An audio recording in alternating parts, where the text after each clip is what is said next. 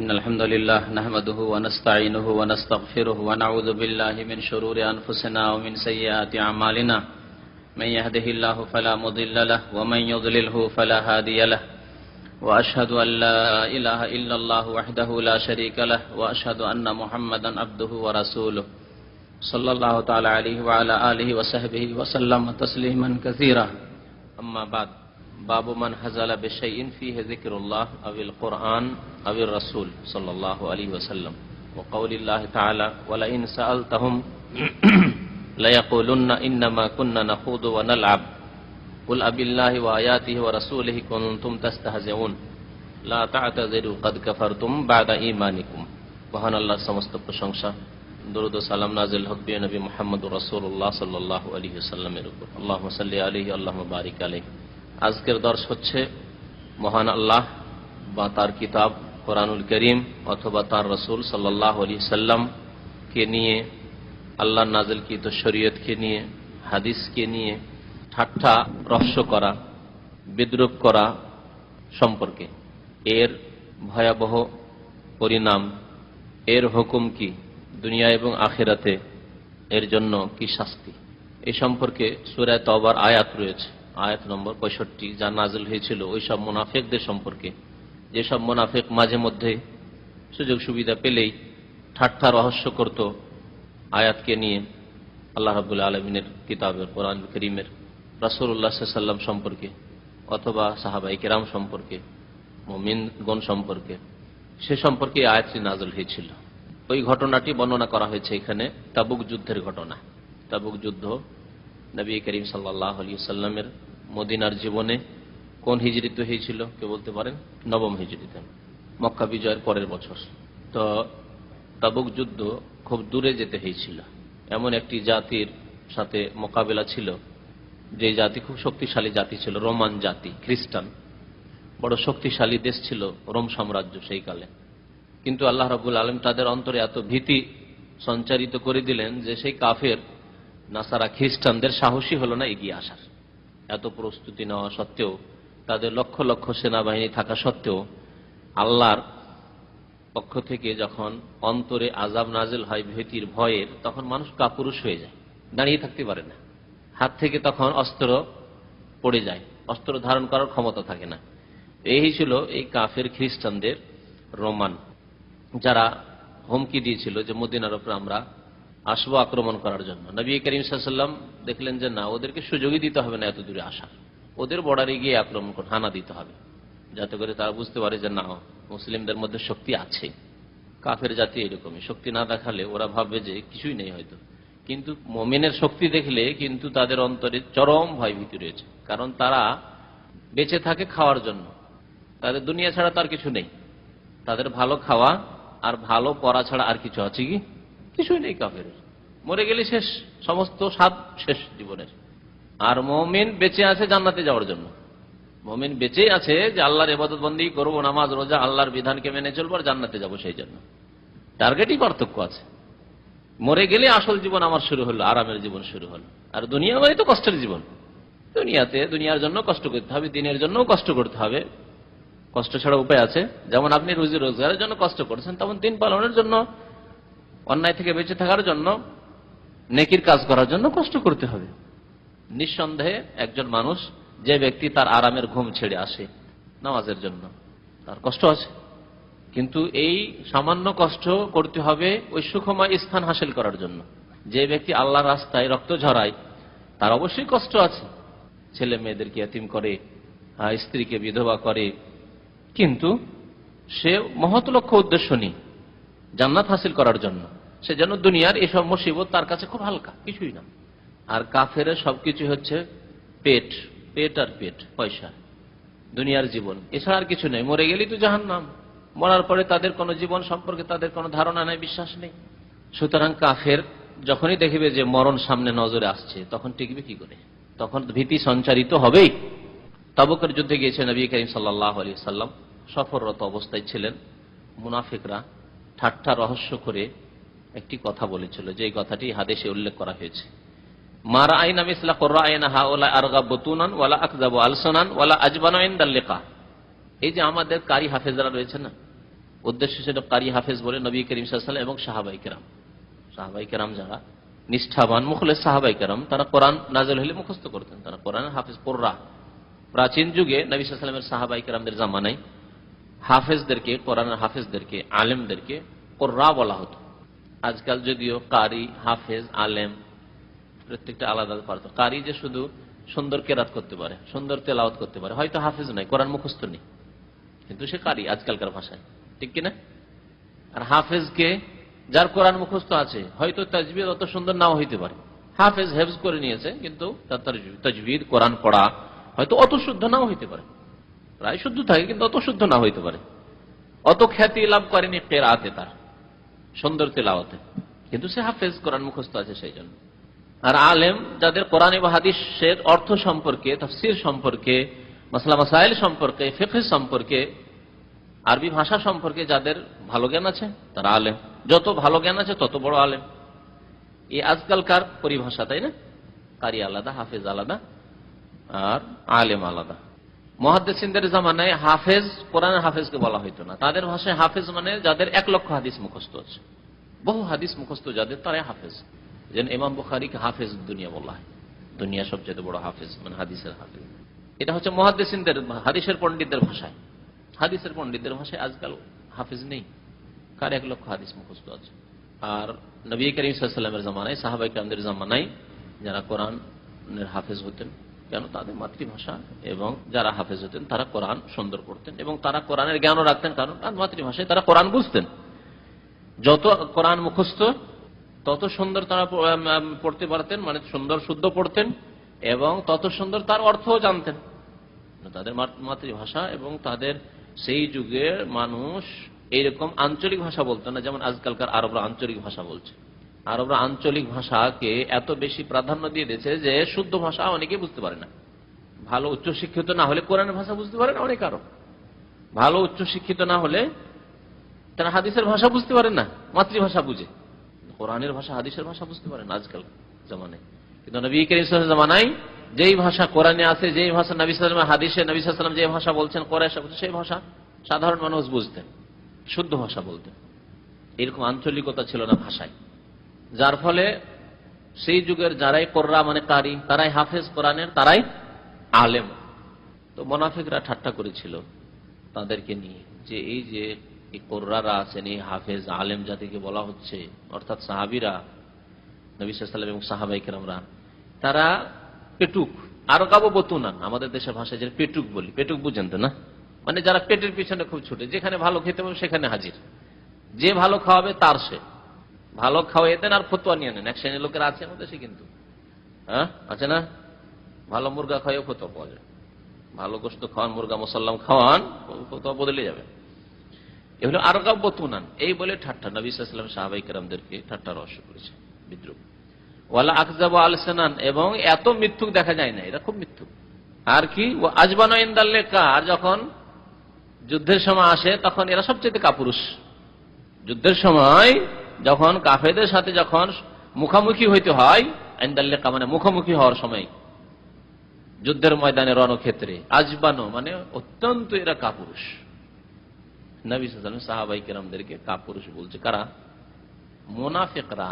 তাদের সম্পর্কে আয়াত নাযিল হলো যে এইরকম ঠাট্টা রহস্য যারা করে, কুল আবিল্লাহি ওয়া আয়াতিহি ওয়া রাসূলিহি কুনতুম তাস্তাহজিউন, তোমরা আল্লাহর সাথে ঠাট্টা করো, আল্লাহর আয়াতের সাথে অর্থাৎ কোরআন কারীমের সাথে ঠাট্টা বিদ্রুপ করো, বা শরীয়ত নিয়ে, মাসলা মাসাইল নিয়ে, আর ওয়া রাসূলের সাথে ঠাট্টা মজাক করো তোমরা।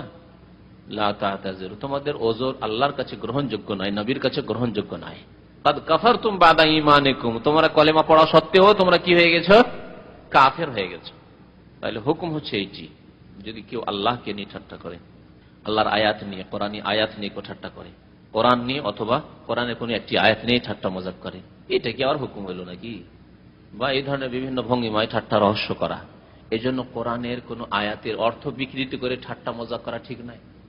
যেমন আমাদের সমাজে অনেকে মাগনা মানে মায়ের আঙ্গিনা এরকম তর্জমা করে, কুফরির আশঙ্কা আছে, ঠাট্টা মজাকের আশঙ্কা আছে।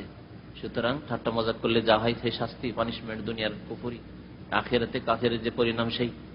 সুতরাং এইরকম ঠাট্টা মজাক করতে উদাহরণস্বরূপ বললাম, কারণ একটি কথা আছে যে কুফরি কথা নকল করা কুফরি নয়, নকলে কুফর কুফর না বাসাদ।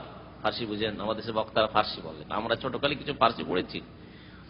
নকলে কুফর কুফর না বাসাদ, কুফরি কথা কারো কাছ থেকে নকল করা, আমি বলছি না, কিন্তু কারো কথা উদ্ধৃতি দেওয়া নকল করা কুফর না বাসা, সেটি কুফরি নয়। কিন্তু আপনি নিজে বললে সেটি কুফরি। বুঝতে পারলেন? বললেন নকল করা হচ্ছে যে অমুক এরকম বলে বা কেউ কেউ এরকম বলে। এখন যেমন বললাম মা আগনার, সেটি আমার পক্ষ থেকে না, যা কিছু লোকেরা বলে, সত্যি এটি কুফরি নয়। মানুষকে সতর্ক করার উদ্দেশ্যে যে খবরদার এরকম কথা যাতে না হয়। তো এইরকমই যারা কবর মাজার পূজারী, তারা বলে ইয়া গাউসুল আজম মাদাদ। আমি তো কথাটা বললাম ইয়া গাউসুল আজম মাদাদ, তাদের নকল করলাম, তাদের তো কুফরি, কিন্তু আমি নকল করছি, এটি কি আমার কুফরি হবে? আমি সতর্ক করার জন্য, খবরদার এটি শিরকি কথা। ইয়া গাউসুল আজম মাদাদ, আব্দুল কাদের জিলানীকে গাউসুল আজম বলা, আর মাদাদ তুমি সাহায্য করো। ইয়া খাজা বাবা মাদাদ, এগুলি কুফরি কথা, কিন্তু আমি নকল করছি ওই মুশরিকদের পক্ষ থেকে, যে তারা এরকম বলে। বুঝতে পারলেন? এবার নকলে কুফর কুফর না বাসাদ কথাটি। তো কথা হচ্ছে যে যারা এইসব নিয়ে ঠাট্টা মজাক করবে, এমনকি হাদিসের একটি মাসলা, কোরআনেও নেই, হাদিসের একটি মাসলা নিয়েও যদি ঠাট্টা মজাক করে, নবী সাল্লাল্লাহু আলাইহি ওয়াসাল্লাম থেকে প্রমাণিত, তাহলে কুফরি হবে। যেমন কিছু লোকেরা দেখা যায় উটের গোশত খেলে আবার ওযু নষ্ট হবে, কি অন্যায় করলাম। দেখা যায় এই আরব দেশে আসার পরে এখানে উটের গোশত খাওয়ার সুযোগ হয়, আর ওই মশলাটি জানারও সুযোগ হয়, কেন দেশে মশলাও জানে না। নবী সাল্লাল্লাহু আলাইহি ওয়াসাল্লাম বলেছেন সাহাবারাকে যে তাওয়াদ্দাউ মিন লাহমুল ইবিল, উটের গোশত খেলে তোমরা ওযু করো। হিকমত আল্লাহ জানেন। যেখানে আপনি গায়েবে অদৃশ্য বিশ্বাসী আল্লাযিনা ইউমিনুনা বিল গায়বতে শামিল হয়ে গেছেন, সেখানে আল্লাহ রাসূল এই কথাটি মানবেন না যে ওযু করো উটের গোশত খেয়ে। ঠাট্টা মজাক করে অনেকে, উটের গোশত খেলাম, কোন অপরাধ করলাম রে বাবা, ওযু করতে হবে এখন? অপরাধ করলেন না করলেন প্রশ্ন এটি নয়, প্রশ্ন আতিউল্লাহ ওয়া আতিউর রাসূল, আল্লাহ এবং রাসূলের আনুগত্য করা। ওয়ান আল্লাহু ইয়ালামু ওয়া আনতুম লা তা'লামুন, আল্লাহ ভালো জানেন, তোমরা কিছু জানো না। ওয়া মা উতিতু মিনাল ইলমি ইল্লা কালিলা, তোমাদেরকে সামান্যতমই জ্ঞান দেওয়া হয়েছে। কি জানো যে কি হিকমত, কি রহস্য রয়েছে। আর আল্লাহ এবং রাসূল এই দায়িত্ব নেই যে তোমাকে হিকমত সব জানিয়ে দেবে। আল্লাহ তোমাকে সৃষ্টি করেছেন ইবাদতের জন্য, সুতরাং তার দাসত্ব করতে হবে। তার বন্দেগী করলে তার নাযিলকৃত বিধান নবীর মাধ্যমে এসেছে তা মানতে হবে পূর্ণাঙ্গ রূপে। সুতরাং এইরকম কথা বলাও কুফরির আশঙ্কা থেকে ঊর্ধ্বে নয়, কুফরির ভয় রয়েছে। যদি একজন কাফের বলে যে মুসলমান তোমরা ওযু করো, কেন ওযু করো? তোমার এক জায়গায় দিয়ে হাওয়া খারিজ হয় আর অন্য জায়গায় ধাও তোমরা, এইটি কথা ঠাট্টা মজাক করা কিনা? তো একটা হিন্দু বললো বা ইহুদি খ্রিস্টান বললো, সেজন্য চরম কুফরি কথা বলেছে। আর মুসলিম যখন বলে উঠলো যে আমরা খেলাম ওটার গোশত ওযু করতে হবে, এটি আবার কুফরি হলো না? কোন পার্থক্য? যেমন পুতুল পূজায় আর কবর পূজায় কোনো পার্থক্য নেই। পুতুলের সামনে সেজদা করা, প্রতিমার সামনে সেজদা করা আর মাজারে সেজদা করা একই সমান। যেমন কিন্তু এই সমান যারা কবর মাজার পূজারী তারা মনে করে না, আসলে সমান। ঠিক তেমনই একজন কাফের এইরকম বলা যে হাওয়া বেরোয় এক জায়গা থেকে আর ধোও অন্য জায়গায় তোমরা, এই কথাটি যেমন কুফরি, কাফের পক্ষ থেকে কোন মুসলিম বলে না, কাফের বলতে পারে। তার হাতুড়ে উত্তর আছে, হ্যাঁ, ভালো উত্তর হচ্ছে আল্লাহর আতিউল্লাহ ওয়া আতিউর রাসূল। আপনি মুমিন, আপনি মুসলিম, আত্মসমর্পণ করেছেন, আল্লাহ এবং রাসূলের আনুগত্য করেন। আর হাতুড়ে উত্তর আছে, বলেছি অনেকবার হাতুড়ে উত্তর। হ্যাঁ, মার যদি দেওয়া হয় পাছায় আপনার, তাও চোখ দিয়ে কেন পানি বেরোয়? মার তো পাছায় দেওয়া হলো, পাছা দিয়ে পানি বেরোবে, ঠিক কিনা? তো কাফেরকে বোঝানোর জন্য, কিন্তু মুসলিমকে ওইভাবে বোঝাবো যে উটের গোশত খেলে উযু করতে হবে, তার যুক্তি আবার ওই লাঠি দিয়ে মেরেই বুঝাইতে হবে নাকি মুসলমানকে? কখনো না। আতিউল্লাহ ওয়া আতিউর রাসূল, আল্লাহর আনুগত্য করো, রাসূলের আনুগত্য করো। আর এইরকম কথা বললে কুফরের আশঙ্কা আছে। দেখুন বলছেন লেখক, মান হাজালা বিশাইইন ফিহি যিকরুল্লাহ, কোন ব্যক্তি যদি ঠাট্টা রহস্য করে, হাজালা মানে ঠাট্টা রহস্য করা, ইস্তেহজা মানে ঠাট্টা রহস্য করা, ফিহি যিকরুল্লাহ যাতে আল্লাহর জিকির রয়েছে, মানে আল্লাহর উল্লেখ রয়েছে, আল্লাহর নামের উল্লেখ রয়েছে, আল্লাহর গুণাবলীর উল্লেখ রয়েছে, আল্লাহ রাব্বুল আলামিন আরশে আজিমে যিকরুল্লাহ, আর রহমানু আলাল আরশি ইস্তাওয়া, আল্লাহ আরশে আজিমে সমস্যা, আল্লাহর কথা উল্লেখ রয়েছে। যে কোনো বস্তু যাতে আল্লাহর উল্লেখ রয়েছে, আবিল কোরআন অথবা কোরআন নিয়ে ঠাট্টা মজাক করলো, আবির রাসূল বা রাসূলকে নিয়ে ঠাট্টা মজাক করলো, তাদের হুকুম কি? লেখক হুকুমটি বলেন, হুকুমটি ছেড়ে দিয়েছেন যে আয়াতে দেখে নাও আর হাদিসে দেখে নাও। শুধু বললেন এই অধ্যায় হচ্ছে ওই সব লোক সম্পর্কে যারা আল্লাহকে নিয়ে ঠাট্টা করে, যারা রসুলকে নিয়ে ঠাট্টা করে, যারা কোরআনকে নিয়ে ঠাট্টা মজাক করে। এদের হুকুম কি? হুকুম নিজের পক্ষ থেকে না বলে ছেড়ে দেওয়া হলো আপনাকে এবং আপনার কোরআনুল করিমকে, ছেড়ে দেওয়া হলো আপনাকে নবী করিম সাল্লাল্লাহু আলাইহি ওয়াসাল্লামের হাদিসের সাথে। দেখুন মহান আল্লাহ বলছেন ওয়ালাইন সাআলতাহুম লা ইয়াকুলুন্না, তাদেরকে যদি জিজ্ঞাসা করো, আল্লাহ বলছেন হে নবী তাদেরকে যদি জিজ্ঞাসা করো যে তোমরা এরকম কথা কেন বললে, এরকম ঠাট্টা মজাক কেন করলে। এই হুম তাদেরকে মুনাফিকদের সম্পর্কে নাযিল হয়েছে, সূরা তওবার আয়াত। কারণ সূরা তওবার অধিকাংশ আয়াতগুলি মুনাফিকদের সম্পর্কে আছে, যদি কিছু আয়াত মুশরিকদের সম্পর্কে আছে, কাফেরদের সম্পর্কে। তো মুনাফিকদের কথা বিস্তারিত উল্লেখ করা হয়েছে সূরা তাওবায়।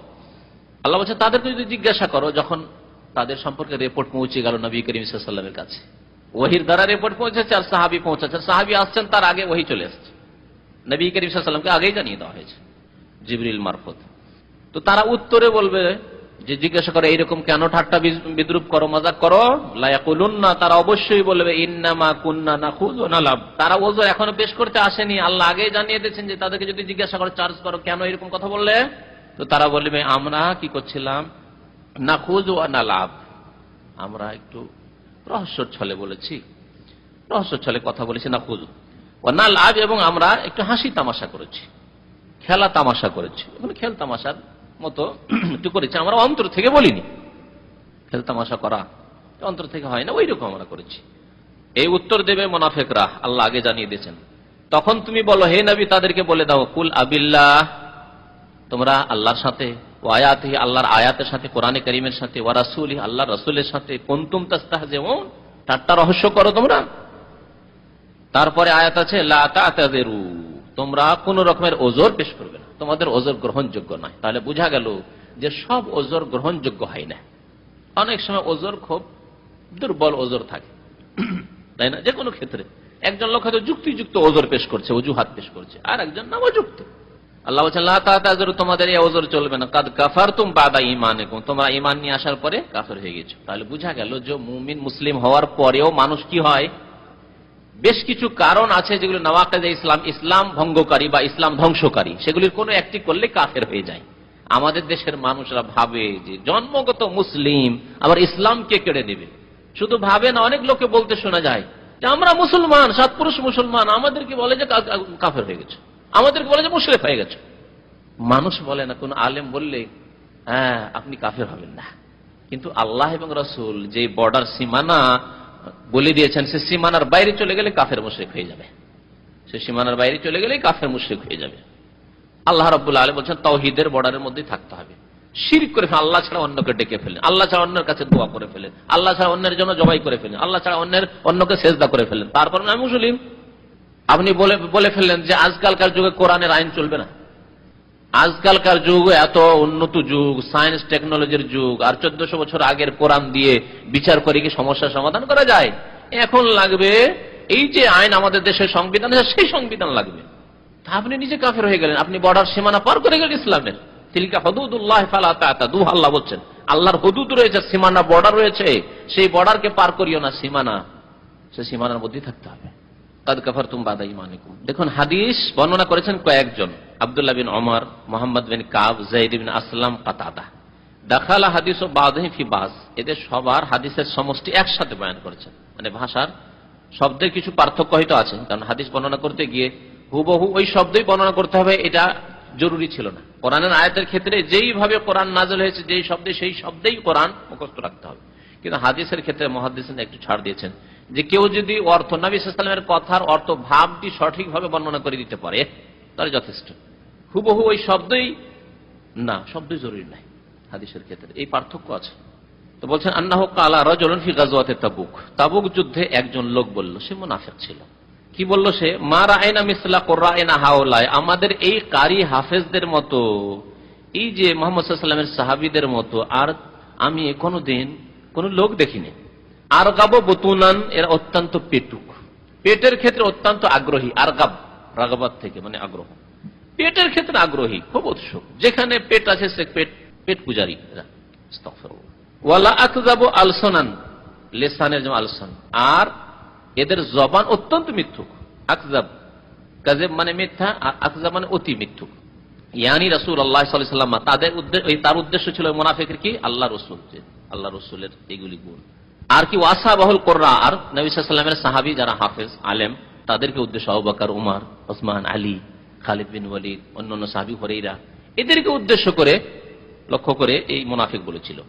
ফাকালাহু আউফ ইবনে মালিক, কিন্তু একজন খাঁটি সাহাবী কথাটি শুনে নেই। মুনাফিক নিজের সঙ্গীদেরকে বলছিল, মুনাফিকদের কিছু সঙ্গী ছিল তো, যেমন ওহদ যুদ্ধের সময় দেখা যায় যে 1000-এর মধ্যে 300 নিয়ে বেরিয়ে গেল আব্দুল্লাহ বিন উবাই মুনাফিক, তাহলে বোঝাও তাদের সঙ্গী সাথে কিছু থাকতো। 700 খাঁটি মুসলমান বাঁচল, আর 300 বেরিয়ে চলে গেল, তারা মুনাফিক। একজন খাঁটি সাহাবী কিন্তু কথাটি শুনে নেন, আউফ ইবনে মালিক তার নাম, কাযাবতা, তিনি বললেন মিথ্যুক, তো মিথ্যা কথা বলছো। এগুলি আল্লাহ রাসূলের সাহাবাদের গুণ নয়। ওয়ালাকিন্নাকা মুনাফিক, কিন্তু তুমি এইসব কথাবার্তা বললে কি জন্য, যে তুমি মুনাফিক, আল্লাহ বিশ্বাসী না, রাসূলে বিশ্বাসী না, তুমি কোরআনে বিশ্বাসী না, আর তুমি শ্রদ্ধা করো না নবী সাল্লাল্লাহু আলাইহি ওয়াসাল্লামের সাহাবায়ে কেরামদের, দুশমন তুমি। লা উখবিরান্না রাসূলুল্লাহ সাল্লাল্লাহু আলাইহি ওয়াসাল্লাম, আমি অবশ্যই আল্লাহ রাসূলকে এই সংবাদ পৌঁছে দেব যে তুমি এই কথা বললে। তাহলে বোঝা গেল যারা এরকমের অপরাধী, যারা সমাজকে খারাপ করছে, সমাজের মন মগজ খারাপ করছে, তাদের সম্পর্কে নেতৃস্থানীয় ব্যক্তিকে পৌঁছানো, যাদের মাধ্যমে তাদেরকে শাস্তি করা যেতে পারে, এটি হচ্ছে শরীয়ত সম্মত কাজ। এই মাসলা বোঝা গেল কিনা এর দ্বারা? তিনি তো বললেন না যে যাক বলেছে বলেছে, কথাটাকে গোপন করে চেপে রেখে দিই। চেপে রেখে দিলে আরো বড় ক্ষতি, কারণ নিজের এটি ব্যক্তিগত ত্রুটি নয়, বহু লোককে এইভাবে কি করছে, বিভ্রান্ত করছে, যে জানো এদের কথা কি শুনবে, আরে মুহাম্মদের কথা কি শুনবে সাল্লাল্লাহু আলাইহি সাল্লাম, আবু বকর ওমরের কথা কি শুনবে, এরা তো পেটুক, পেটের পূজারী, এরা তো মিথ্যুক, এরা তো কাপুরুষ, তোমাদেরকে লেলিয়ে দিতে চায়, সামনে পাঠিয়ে দিতে চায়, এরা পিছনে থাকতে চায়, তাই না বলেছিল, উদ্দেশ্য তো তাই। তাহলে এদের কথা কি শুনবে, কত বড় অপরাধ। তাহলে এইরকমই যারা ইসলামের শত্রুতা করে, তাওহীদের শত্রুতা করে, সুন্নতের শত্রুতা করে, তাওহীদ সুন্নতের প্রচার হচ্ছে, তাদের বিরুদ্ধে বিভ্রান্তি ছড়ায়, তাদের সম্পর্কে কর্তৃপক্ষকে জানানো উচিত। এর দ্বারা প্রমাণ হলো তাদের দরদি হলে হবে না, তাদের দরদি হইতে হবে না, কারণ এরা বহু লোককে গুমরা করছে, বহু লোককে পথভ্রষ্ট করছে। এরকম আজকালকার বিদাতি যারা আছে, সৌদি আরব সম্পর্কে তারা বিষ করে, হ্যাঁ, বিষ উগলাই, তারা বিষ ছাড়া আর কিছু বেরোনে তাদের মুখ থেকে, ভালো প্রশংসা কোনদিন শুনবেন না। তাদের খায়দায়, তাদের পয়সা নিয়ে তারা দেশে ইলেকশন করে, অনেক সময় তাদের পয়সা নিয়ে তাদের ওই চিল্লা করে, আর তারপরে বদনামে তাদের মুখ ভর্তি, জবান থেকে বদনাম ছাড়া এই সৌদি আরবের, সৌদি সরকারের, এখানকার ওলামায়ে কেরামদের, এখানকার মানুষের বদনাম, দুর্নাম, কুৎসা গাওয়া ছাড়া ভালো কোনো সুনাম শুনবেন না তাদের জবান থেকে। মুনাফিকদের লক্ষণ, যে যারা কোরআন সুন্নাহর বাস্তবায়ন করে, ইসলামিক আইনের বাস্তবায়ন করে, তাদের শত্রুতা হচ্ছে মুনাফিক হওয়ার লক্ষণ। নিজেরা তো পারলাম না কোরআন সুন্নাহর বাস্তবায়ন করতে, নিজের দেশে তো আমাদের তৌফিক হলো না, কিন্তু আমরা যাদেরকে আল্লাহ তৌফিক দিয়েছেন তাদের বিরুদ্ধে আমরা শুধু বিষ উগলাতে থাকি। তো নবী করিম সাল্লাল্লাহু আলাইহি ওয়াসাল্লামের সাহাবী বললেন যে অবশ্যই আমি নবী সাল্লাল্লাহু আলাইহি ওয়াসাল্লামকে বলবো গিয়ে। তারপর ফাযাহাবা আউফ ইলা রাসূলিল্লাহ লিয়াখবিরাহু, আল্লাহ রাসূল সাল্লাল্লাহু আলাইহি ওয়াসাল্লামের দরবারে গিয়ে উপস্থিত হয়ে গেলেন এই সংবাদ দেওয়ার জন্য যে ইয়া রাসূলুল্লাহ, এ কিন্তু বিষ ছড়াচ্ছে, লোকজন রাস্তায় যাচ্ছে, আর ওই সময় যদি বিষ ছড়ায় তার শত্রুতা, অন্তরের শত্রুতার দানা বাঁধবে না, যে এদের পিছনে এত কষ্ট করতে 800 কিলোমিটার দূর এসেছি, গরমের সময়, একেতে গরমের সময় ছিল, এর খেজুর পাকার সময় ছিল, আর খাবার নেই, হ্যাঁ, পাথেই নেই, রাস্তা খরচ নেই, কিছু নেই, ওই অবস্থায় এই কষ্ট করতে এসেছি এদের জন্য, এই কাপুরুষদের জন্য। এরকম রিউমার ছড়াবার চেষ্টা করেছিল এই মুনাফিক। ফাওয়াজাদাল কোরআন কাদ সাবাকা, নবী সাল্লাল্লাহু আলাইহি ওয়াসাল্লামকে গিয়ে বলছেন তার আগেই কোরআনের ওহী নাযিল হয়ে গেছে, আয়াত নাযিল হয়ে গেছে, এই আয়াতগুলি, যে তারা এরকম ঠাট্টা মজাক করছে আর তারা ওযর পেশ করার জন্য আসবে, তখন বলল লা তাতাযিরু, তোমাদের ওযর গ্রহণযোগ্য না, কাদ কাফারতুম বাদা ঈমানিকুম, আগে আয়াত নাযিল হয়ে গেছে। ফাজা যালিকা রাজুল রাসূলুল্লাহ সাল্লাল্লাহু আলাইহি ওয়াসাল্লাম, ওই ব্যক্তি তো ভয় খেয়ে গেছে, মুনাফিকের অন্তর তো দুর্বল, ভয়ে ভীত যে আমার যে কি হয়, কি শাস্তি হয়। অথচ মুনাফিকদেরকে নবী করিম সাল্লাল্লাহু আলাইহি ওয়াসাল্লাম কোনো সময় শাস্তি দিতেন না, ছেড়ে দিতেন, কারণ মুনাফিক জাহেরি বাহ্যিক কলেমা পড়ে নিয়েছে। এই কলেমা পড়া সত্ত্বেও অন্তরে যে কুফরিতে ভর্তি, তাকে যদি শাস্তি করা হয়, তাকে যদি কুফরি মুরতাদ হওয়ার শাস্তি হত্যা করা হয়, তাহলে কি বলবে তারা? সমাজে ছড়াবে যে ইন্না মুহাম্মাদান ইয়াকতুলু আসহাবা। ওমর রাদিয়াল্লাহু তাআলা আনহু বার বলতে, ইয়া রাসূলুল্লাহ, আমাকে ছেড়ে দেন আপনি, দানি আদরিব হাযাল মুনাফিক, আদরিব উনুকা হাযাল মুনাফিক, এই মুনাফিকের গর্দন উড়িয়ে দিই আমি, শুধু আমাকে অনুমতি দিয়ে দেন আপনি। নবী করিম সাল্লাল্লাহু আলাইহি ওয়াসাল্লাম বলতেন যে না, ছেড়ে দাও ওমর, ধৈর্য ধারণ করো, কারণ সমাজে এরা ছড়াবে ইন্না মুহাম্মাদান ইয়াকতুলু আসহাবাহু, মুহাম্মদ সাল্লাল্লাহু আলাইহি ওয়াসাল্লাম ইহুদি নাসারা ওদের বিরুদ্ধে তো যুদ্ধ করছেন, মুশরিক পত্তলিকদের বিরুদ্ধে তো যুদ্ধ করছেন, এমনকি সঙ্গীদেরকেও মারছেন, এরকম ছড়াবে তারা। অথচ এরা সঙ্গী নয়, এরা মুনাফিক। কিন্তু নেফাক তো ভিতরে লুকা আছে, কটা লোক জানছে তাদের মুনাফিকের কথা। ওই লোকটি ওজর পেশ করার জন্য আসছে, ওয়াকাদ ইরতাহালা ওয়ারাকিবানা কাতা, তাড়াতাড়ি করে নবী দরবারে কাউকে খবর পৌঁছার আগে পৌঁছে যাব, তাড়াতাড়ি করে তার উটনিতে উষ্ট্রিতে সওয়ার হয়ে গেছে আর এসে পৌঁছে গেছে। ফাকালা ইয়া রাসূলুল্লাহ, এসে বলছে ইয়া রাসূলুল্লাহ ইন্নামা কুননা নাখুযু ওয়া নাতাহাদ্দাস, আমরা একটু রহস্য ছলে বলেছি, ওয়া নাতাহাদ্দাস হাদিস আর রুকবান, আমরা যেমন সওয়ারি যারা সফর করে, সফরে সময় কাটানোর জন্য, হাদিস রুকবান মানে যারা সওয়ারি পথে সফরে সওয়ার হয়ে যারা থাকে, তাদের যেরকম কথা গল্প স্বল্প হয়, গল্প করলে একটু সময় কাটে, সময় চলে যায়, গল্পতে গল্পতে কিন্তু অনেক সময় চলে যায়, ঠিক কিনা? আর এমনি বসে থাকেন সময় কাটবে না, কোনো জায়গায় হয়তো অপেক্ষা করছেন, লাইন লেগে আছে, লম্বা লাইন, শেষ হয় না, আর আপনার পালাও আসে না, কিন্তু গল্প একটা লোক পেয়ে গেছেন, দেশের লোক, মনের মতো লোক পেয়ে গেছেন, আর মজার গল্প ধরিয়ে দিয়েছেন, 1 ঘন্টা 1.5 ঘন্টা হয়ে গেল, আপনি টের পাচ্ছেন না। হ্যাঁ, এয়ারপোর্টে বিমানের জন্য বসে থাকেন বা কোনো ট্রেন স্টেশনে বসে থাকেন, একা একা বসে থাকলে সময় কাটবে না, কিন্তু গল্পের মনের মতো লোক পেয়ে গেলে দেখেন কত তাড়াতাড়ি সময় পার হয়ে যায়। নাক্তাও বিহি আনা তারিক, উদ্দেশ্য আমাদের ছিল এইসব গল্প স্বল্প করে আর রহস্য ছলে কথা বলে আনা তারিক, রাস্তার কষ্ট কেলেশকে লাঘব করার উদ্দেশ্য ছিল, হালকা করার উদ্দেশ্য ছিল। রাস্তায় মানুষ ক্লান্ত হয়ে যায়, আমাদের ক্লান্তি দূর করার উদ্দেশ্য ছিল। কালা ইবনু ওমর, আব্দুল্লাহ বিন ওমর বলছেন রাদিয়াল্লাহু আনহুমা, কাআন্নী আনজুরু ইলাইহি, ওই মুনাফিক লোকটিকে আমি দেখছিলাম, মুতাআল্লিকান বিনিসআতি নাকাতি রাসূলিল্লাহ সাল্লাল্লাহু আলাইহি ওয়াসাল্লাম, আল্লাহ রাসূল সাল্লাল্লাহু আলাইহি সাল্লামের উষ্ট্রির, উটনি বা উষ্ট্রির ওই যে রশিটা থাকে, মুখের রশি লাগাম রশি থাকে, ওই রশিটাকে ধরে ঝুলেছিল, সেই ছাড়ছে না যে ইয়া রাসূলুল্লাহ আমার ওজর কবুল করেন আপনি। সত্যি সত্যি আমি আসলে মন থেকে বলিনি, অন্তর থেকে কথা বলিনি, আসলে এমনি হাসি রহস্য ছলে বলেছি।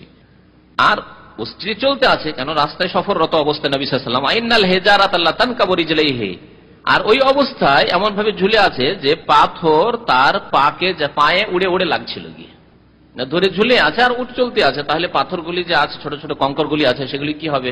হ্যাঁ, তার পায়ে লাগবে গিয়ে, তো তার পায়ে গিয়ে আঘাত করছিল যেন। ওয়া ইয়াকুল, আর সে বলছিল ইন্নামা কুননা নাখুযু ওয়া নালআব, বারবার করে কথা বলছিল যে রহস্য ছলে বলেছি আর আমি একটু খেলতামাশার ছলে আমরা বলেছি। ফায়াকুল লাহু রাসূলুল্লাহ সাল্লাল্লাহু আলাইহি ওয়াসাল্লাম, নবী করিম সাল্লাল্লাহু আলাইহি ওয়াসাল্লাম আয়াতে কোরআনী ছাড়া আর কিছু বলছিলেন না, শুধু বলছেন আবিল্লাহি ওয়া আয়াতিহি ওয়া রাসূলিহি কুনতুম তাস্তাহজিউন, আল্লাহর সাথে, আল্লাহর আয়াতের সাথে, কোরআনের সাথে আর রাসূলের সাথে তোমরা ঠাট্টা বিদ্রূপ করো, মজাক করো। লা তা'তাযিরু ক্বাদ কাফারতুম বা'দা ঈমানিকুম, লা তা'তাযিরু ক্বাদ কাফারতুম বা'দা ঈমানিকুম মা ইয়ালতাফিতু ইলাইহি, তার দিকে নবী সাল্লাল্লাহু আলাইহি ওয়াসাল্লাম মুখ ফিরিয়ে দেখছিলেন না।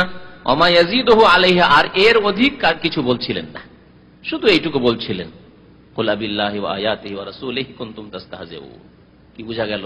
যে শরীয়তের কোনো ব্যাপার নিয়ে যদি কেউ ঠাট্টা মজাক করে, আল্লাহর সাথে হোক, আল্লাহর আয়াতে কোরআনের সাথে হোক, অথবা রাসূলের সাথে হোক, এমনকি মুমিনের সাথে হোক, মুমিনের সাথে ঠাট্টা মজাক মুমিন হিসাবে, তার সাথে ঠাট্টা মজাক কেন? একজন ধার্মিক লোককে, যে ব্যক্তি টাকনার উপরে কাপড় পরে, তার সাথে শুধু ঠাট্টা করেন, আরেকজন লোক ওর চাইতে আধা পাগলা, কিন্তু টাকনার নিচে কাপড় আছে, হ্যাঁ হারাম কাপড় পরছে, সেজন্য তাকে নিয়ে ঠাট্টা মজাক করেন না। একজন লোক দাঁড়িয়ে রেখেছে, অথচ শিক্ষিত মানুষ, তাকে নিয়ে ঠাট্টা মজাক, ঠিক না? একজন লোক ঢিলা ঢালা লেবাস পড়েছে, সেই জন্য তাকে নিয়ে ঠাট্টা মজাক। একজন লোক 5 ওয়াক্ত নামাজ পড়তে, আজান হলেই নামাজ পড়তে চলে যায়, সেজন্য তাকে নিয়ে ঠাট্টা মজাক। এরকম অনেক ভাইদের পক্ষ থেকে আসে যে সাথী সঙ্গীরা বেনামাজি, আজান হইতে যখন ছুটে চলে যায়, দেখো দেখো এর কোনো কাজকর্ম আছে? কোনো কাজকর্ম নাই, এখন আজান হওয়ার আগে হাজির, আজান হওয়ার পরে পরে গেছে, সেই জন্য এতেও কষ্ট হয়। ও তো যাবে না, কিন্তু কোনো ভাই আজান হওয়ার সাথে সাথে মসজিদে পৌঁছে গেল, দিনদার ভাই, সেটিও আর বরদাস্ত হয় না মুনাফিকদের। তাহলে এই মুমিনকে যে ঠাট্টা মজা কেন করলো? তার নামাজের পাবন্দির জন্য, তার দাঁড়িয়ে রাখার জন্য, তার সুন্নত শরীয়ত মোতাবেক কাপড় পরার জন্য, হ্যাঁ ঠিক না? এত অভদ্র কাপড় কেন পরবো? আজকাল অভদ্র বললে, টাকনার উপরে কাপড় বললে, প্যান্ট বললে অভদ্র, এত অভদ্র কাপড় কেন? একটা যুবক মানুষ যদি 20, 22, 25 বছর বয়সে দাঁড়িয়ে রাখে, তা আমাদের দেশের মানুষরা কি বলে জানেন? আমাকে আমার এলাকার এক লোক বলেছিল, এখন মনে আছে আমার, একেবারে হালকা হালকা হয়ে দাঁড়িয়ে একটু গজাতে শুরু হয়েছে, তো বলছে যে দাড়ি রাখতে হবে, ঠিক আছে মুসলমান হিসেবে রাখতে হবে, এখনই রাখতে হবে নাকি? রাখবা, পরে রাখবা, পরে রাখবে, দাড়ি এখনই রাখতে হবে? দেখছে, হ্যাঁ, এই একটি কথা কুফরের জন্য যথেষ্ট। লাইলা মজনুর বিয়ে খাবে, দাড়ি রেখেছে সেই জন্য। যুবক মানুষ কেন দাড়ি রাখবে? রাখবা, তোমার দাদার বয়স হবে তখন দাড়ি রাখবা। এইরকম কথাবার্তা হচ্ছে কুফরি কথাবার্তা। তাহলে মুমিনকে নিয়েও ঠাট্টা মজাক করা তার ইমানের কারণে, তার ধার্মিকতার কারণে। আরো বলি দিয়ে সাথে, আমাদের দেশে মুসলিম দেশ হওয়া সত্ত্বেও, ভারত উপমহাদেশে, ভারতে তো যাই হোক সেই দেশ মিক্সচার দেশ, মুসলিম আছে তো কাফের আছে, কিন্তু বাংলাদেশ, পাকিস্তান, সেই দেশে যদি যারা ইসলাম মেনে চলে, যারা ইসলামের কথা বলে, যারা নামাজ রোজার কথা বলে, যারা ধার্মিকতার কথা বলে, যারা পর্দার কথা বলে, তাদেরকে কি বলে? মৌলবাদী। তাদেরকে বলে কট্টরপন্থী। এগুলি কুফরির জন্য যথেষ্ট।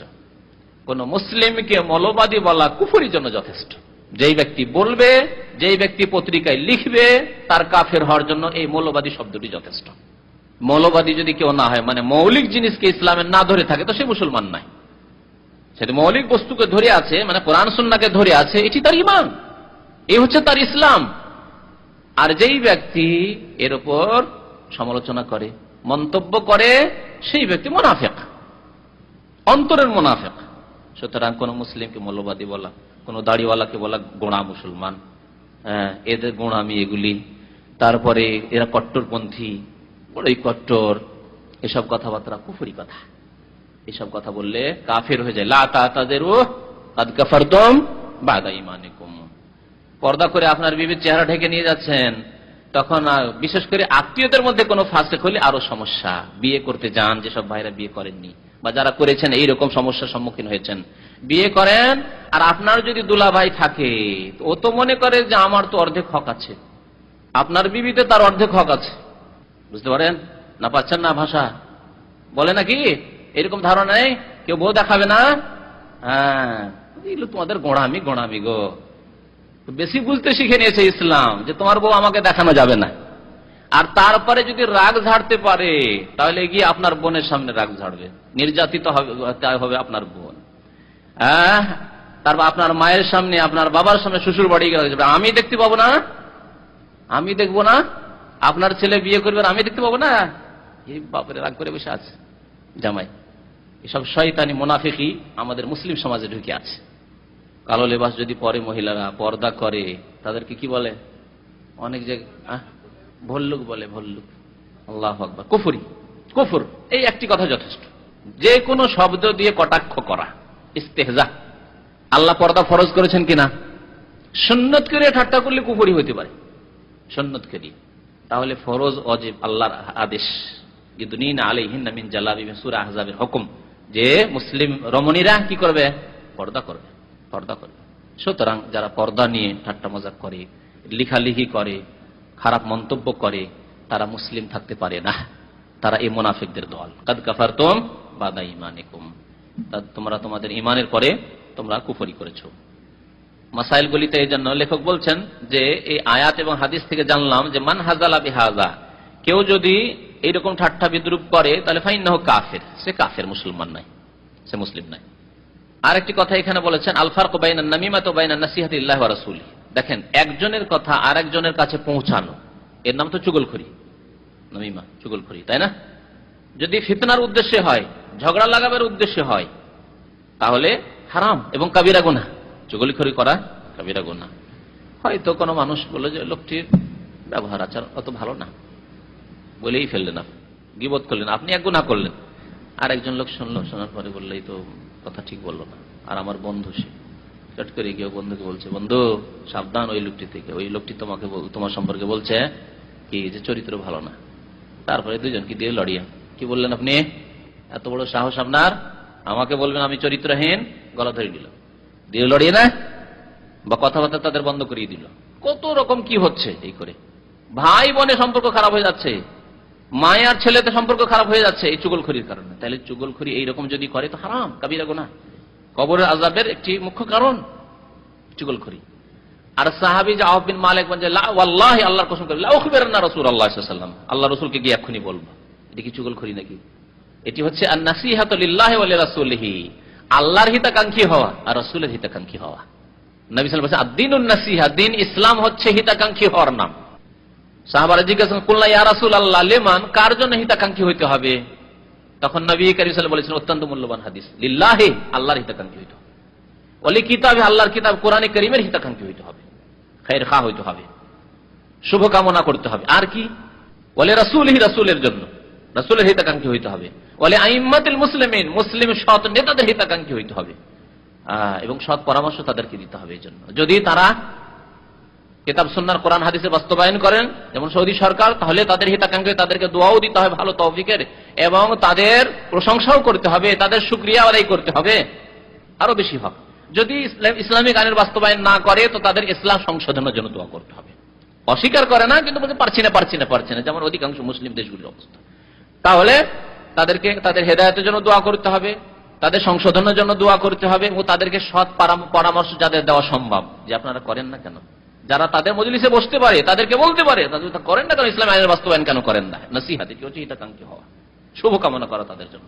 আর শুভকামনা এই নয় যে যা করছে তা তাদেরকে করতে দাও, তাদেরই সাপোর্ট করো আর তাদের সাথে হয়ে যাও, তাহলে তো জাহান্নামের রাস্তাতে রেখে দিলেন তাদেরকে, যে মানবরচিত বিধান নিয়ে তারা থেকে গেল সারা জীবন। বলে আইম্মাতুল মুসলিম বলে আম্মাতিহিম, জনসাধারণের হিতাকাঙ্ক্ষী হইতে হবে, মুসলিম জনসাধারণের।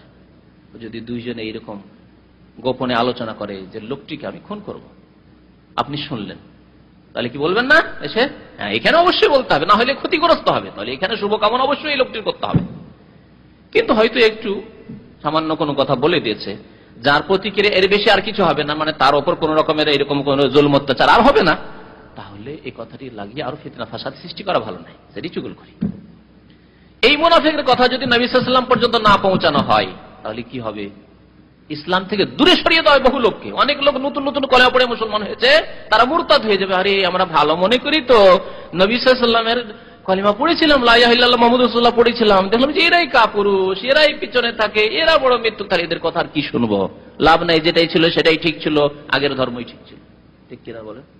ইসলামী সেন্টারে যেসব ভাইরা আসে, ভালো নিয়ত নিয়ে আসে, ভালো ধারণা নিয়ে আসে যে এখানে গেলে হক কথা শিখতে পাবো, কোন বিদাতি, কোন ইসলামের শত্রু যদি বলে কি শিখবে ওদের কাছে, ওদের নিজেরই আমল নেই, কি শিখবে, ওরা নিজের বিদাতি, ওদের কাছে আবার কি শিখা যাবে, ওরা তো আমেরিকা চালায়। আস্তাগফিরুল্লাহ, এক শয়তান, এখানে কোন এক শয়তান বলছে যে এসব সেন্টার আমেরিকা চালাচ্ছে।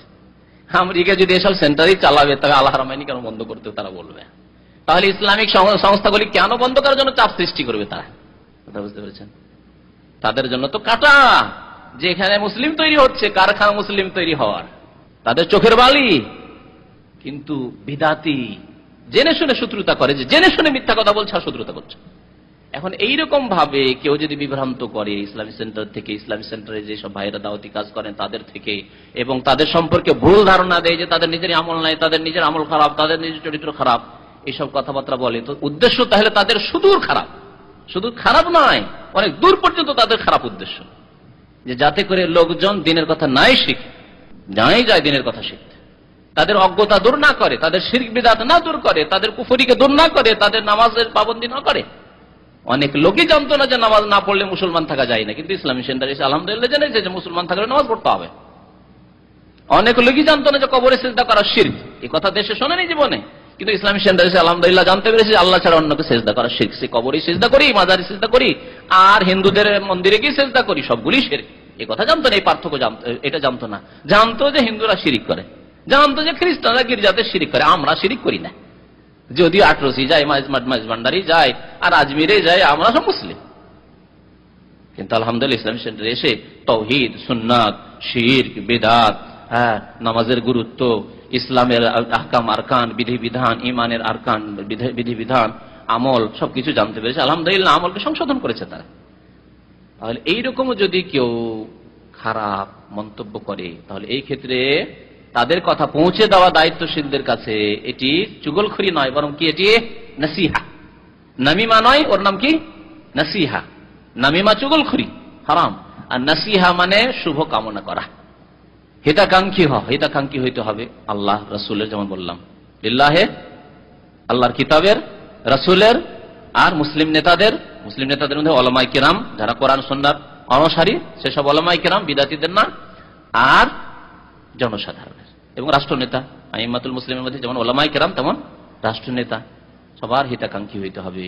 টেনে হেঁচড়ে শুধু ফেলে দিব আর তা দিয়ে শান্তি প্রতিষ্ঠা হবে, কোনোদিন শান্তি প্রতিষ্ঠা হয়নি। এইভাবে যাদেরকে টেনে ফেলবেন তারা কি পড়ে থাকবে? তারা আপনাদেরকে টেনে ফেলার চেষ্টা করবে। সুতরাং এই তরিকা ইসলামিক তরিকা নয়। তরিকা হচ্ছে যে সৎ পরামর্শ দেওয়া এবং সৎ কাজে সাহায্য করা, সৎ উপদেশ দেওয়া এবং সৎ কাজ করতে যদি না চায় তাহলে বাধ্য করা, করুন সৎ কাজ। ঠিক আছে, সামনে থাকবেন, থাকুন, কিন্তু সৎ কাজ করুন। আল্লাহ রাব্বুল আলামিন আমাদের যেন ভালো কথা বোঝার তৌফিক দান করেন, ভালো কথার প্রতি আমল করার যেন তৌফিক দান করেন। আমিন। ওয়া সাল্লাল্লাহু আলা নবিয়িনা মুহাম্মদ ওয়া আলা আলিহি ওয়া সাহবিহি আজমাইন। তো এক ভাই প্রশ্ন লিখেছেন যে বর্তমানে এক শ্রেণীর লোকেরা রয়েছে যারা বিভিন্ন অনুষ্ঠানের মাধ্যমে মানুষকে ইসলাম শেখায় বা বিভিন্ন ইসলামিক অনুষ্ঠান করে তারা প্রচার প্রসার করতেছে, এই ক্ষেত্রের হুকুম কি? অভিনয় করে, নাটক করে, হ্যাঁ, আর বলে যে আমরা গঠনমূলক কথা শিখাবো, আমরা নামাজ শিখাবো, আমরা হয়তো হজ শিখাবো, নাটক করে। না, জায়েজ নাই। কারণ এতে মিথ্যা পাঠ দিতেই হবে, এতে মিথ্যা পাঠ দিতে হবে। শুনে রাখেন ভালো করে, একজনকে কিছু সাজতে হবে, একজনকে কিছু সাজতে হবে। কেউ হয়তো আবু বকর সাজলো, হ্যাঁ, কেউ ওমর সাজলো, কেউ আলী সাজলো, জায়েজ নাই। আপনি আবু বকর ওমর না, তাহলে মিথ্যার আশ্রয় নিতে হচ্ছে যে আমি আবু বকর বলছি, আমি খলিফা বলছি। বা এগুলো যদি না হয়, সাহাবী নাও সাজেন, ধরেন একজন বাদশাহ অরঙ্গজেব সাজলো, বাদশাহ, আর আরেকজন শিবাজি সাজলো হিন্দু, আছে কিনা? শিবাজি কট্টর শত্রু ছিল এর বাদশাহ অরঙ্গজেবের বা মুসলিমদের ভারতে। তো এইগুলি জায়েজ নাই, হারাম। সুতরাং মনে রাখুন, কিছু ইসলামিক সংগঠন, সতর্ক করার জন্য বলছি, কিছু মুসলিম সংগঠনগুলি এই নাটক অভিনয় করে ধর্ম শিখাতে চায়, সেটি জায়েজ নয়, হারাম। ধর্ম শেখানোর জন্য কোরআন এবং হাদিস, ইসলামিক শরীয়ত, ফিকহ যথেষ্ট, যথেষ্ট।